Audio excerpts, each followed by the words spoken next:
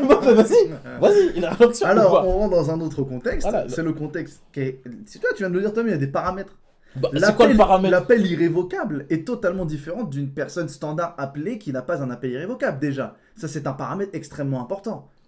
Bah Oui, c'est un paramètre extrêmement important. C'est-à-dire que là, on ne dépend plus de la consécration, on dépend du choix de Dieu.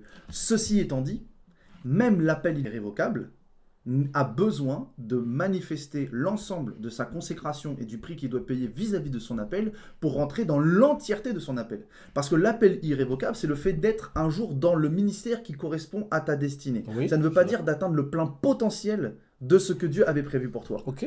Donc ça veut dire que d'une certaine manière, il sera limité par son manque de consécration. Mais il aura l'onction. Mais on a tous l'onction, on a tous reçu le Saint-Esprit, on a tous reçu l'Esprit de Dieu en nous. Maintenant, le problème, c'est pas le fait de l'avoir, c'est le fait de savoir la manifester. Et que l'onction qui est en toi n'a pas besoin des mêmes paramètres que l'onction qui est sur toi.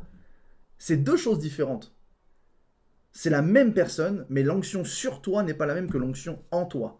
Dans le sens où même si c'est la même personne, ce ne sont pas des paramètres qui agissent selon les mêmes protocoles.